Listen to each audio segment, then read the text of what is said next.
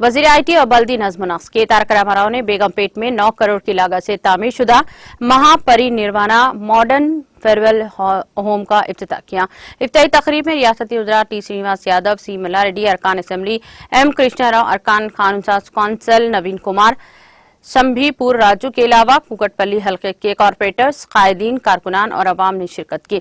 इस मौके पर मुनक़िदा तकरीब से खिताब करते हुए रियासती वज़ीर KTR ने वज़ीर आला के चंद्रशेखर राव की जानिब से रियासत की तरक्की और अवाम की फलाह बहबूद के लिए किए जाने वाले इक़दामात की भरपूर सताइश की और कहा कि तश्कील तेलंगाना के बाद बहुत सी रुकावटों को अबूर किया और तमाम चीज़ों को हासिल किया जिसका उन्होंने हासिल करने का इरादा किया था।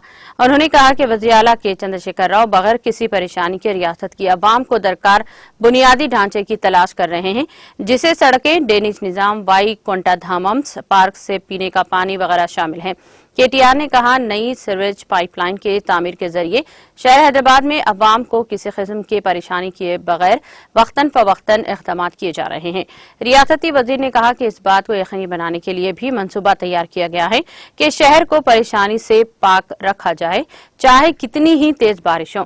उन्होंने अवाम पर जोर दिया कि वो जारी तरक्की का नोट लें और KCR जैसे कायद को दोबारा मुंतखब करें।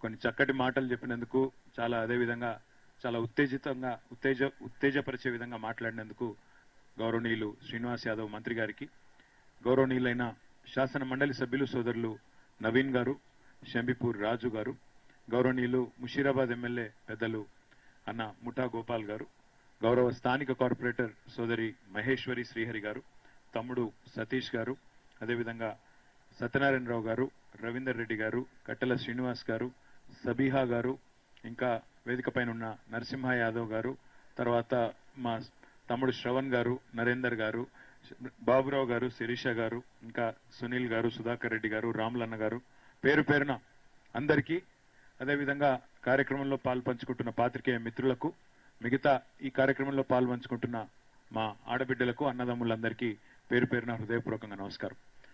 నిజంగా ఈ ధనియాలగుట్ట మా కమిషనర్ గారు లోకేష్ కుమార్ గారు, మా జోనల్ కమిషనర్ శ్రీనివాస్ రెడ్డి గారు, అదేవిధంగా మా OSD కృష్ణ గారు, వారికి కూడా హృదయపూర్వకంగా ఒకసారి గట్టిగా చప్పట్లతో అభినందనలు చెప్పాలని నేను కోరుతా ఉన్నాను. ఎప్పుడైనా పనిచేసే అధికారులు కానీ పనిచేసే ప్రజాప్రతినిధులు కానీ కోరుకునేది ఏమంటే చప్పట్లతో మీ అభినందన, మీ ప్రోత్సాహం ఇంకా బాగా చేయండి అని చెప్పి వెన్నుదడితే అంతకు మించిన సంతోషం ఏమి ఉండదు. శ్రీనివాస్ యాదవ్ గారు చాలా విశేషమైన అనుభవం కలిగిన నాయకుడు. కృష్ణారావు గారు కింది స్థాయి నుంచి ఒక మున్సిపల్ కార్పొరేటర్ స్థాయి నుంచి వైస్ చైర్మన్ స్థాయి నుంచి ఈరోజు ఎమ్మెల్యే స్థాయికి ఎదిగిన నాయకుడు.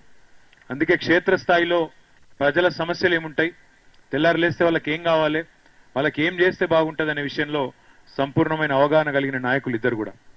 ఇప్పుడే శ్రీనివాస్ యాదవ్ గారు చెప్పినారు, కృష్ణారావు గారు ఈ ధనియాలగడ్డ విషయంలో ఎన్నో ఇబ్బందులు తలెత్తితే, ఎంతో మంది దీన్ని ఆపే ప్రయత్నం చేస్తే వాటన్నిటినీ అధిగమించి ఇంత చక్కటి మరి వైకుంఠ ధామాన్ని మహాపరినిర్వాణ అనే ఒక మంచి చక్కటి ఏర్పాటు చేసినారు వారని చెప్పడం జరిగింది. మేము సాధారణంగా అక్కడ జూబ్లీ హిల్స్ లో మహాప్రస్థానం అని ఒకటి కట్టినారు. హైదరాబాద్ మొత్తంలో అది ఒకటే ఉండే మహాప్రస్థానం. కానీ ఇలా గర్వంగా చెప్పొచ్చు, ఆ మహాప్రస్థానం కంటే కూడా ఇది చాలా చాలా చక్కగా ఉందనే మాట మాత్రం ఖచ్చితంగా చెప్పొచ్చు. ఒక్క కూకట్పల్లి నియోజకవర్గమే కాదు, సనత్ నగర్ కి మీరు పోతే ఆడ బల్కంపేటలో ఇంతే స్థాయిలో ఇంతకంటే బ్రహ్మాండంగా అక్కడ కూడా చేసుకున్నాం. అక్కడికి వెళ్ళి పక్కకు కొద్దిగా ముంగటి పోతే మన LB నగర్ లో అక్కడ కూడా ఈ రోజు 3 మతాలకు ఒకటే దగ్గర, హిందూ, ముస్లిం, క్రిస్టియన్ అందరికీ ఒకటే దగ్గర చాలా చక్కగా 9 ఎకరాల స్థలంలో అక్కడ కూడా కట్టుకున్నాం. ఎందుకంటే మాకు అక్కడ పోయినప్పుడు గౌరవనీయులు అక్కడ ఎమ్మెల్యే గారు అదేవిధంగా వారు ఒక మాట అన్నారు, అన్నా మనం బతికున్నప్పుడు ఎట్లాగో రోజు తెల్లారులేస్తే మతం పేరు మీద కొట్లాడుకుంటున్నాం, కనీసం చచ్చిపోయినాకనన్నా ఒక దగ్గర గౌరవప్రదంగా ఉంటే బాగుంటుందని చెప్పి ఒక దగ్గరనే పక్కపక్క పెట్టినామని చెప్పిండ్రు. ఎందుకు చెప్తా ఉన్నా అంటే నిజంగా ఈ రోజు ఒక విశ్వనగరంగా ఎదగాలి హైదరాబాద్ అనే కళ ఏదైతే ఉందో, విశ్వనగరంగా ఎదగాలి అంటే అద్భుతమైన ఫ్లైఓవర్లు ఉండాల్సిందే, అద్భుతమైన ప్రజా రవాణా వ్యవస్థ మెట్రో లాంటివి అవి ఉండాల్సిందే, కరెంట్ 24 గంటలు ఉండాల్సిందే, మంచినీళ్లు చక్కగా అందాల్సిందే, ప్రజలకు ఉపయోగపడే ఇట్లాంటి కార్యక్రమాలు కూడా జరగాల్సిందే. విశ్వనగరం అంటే వీధి కుక్కల బాధ కూడా చూడాలి.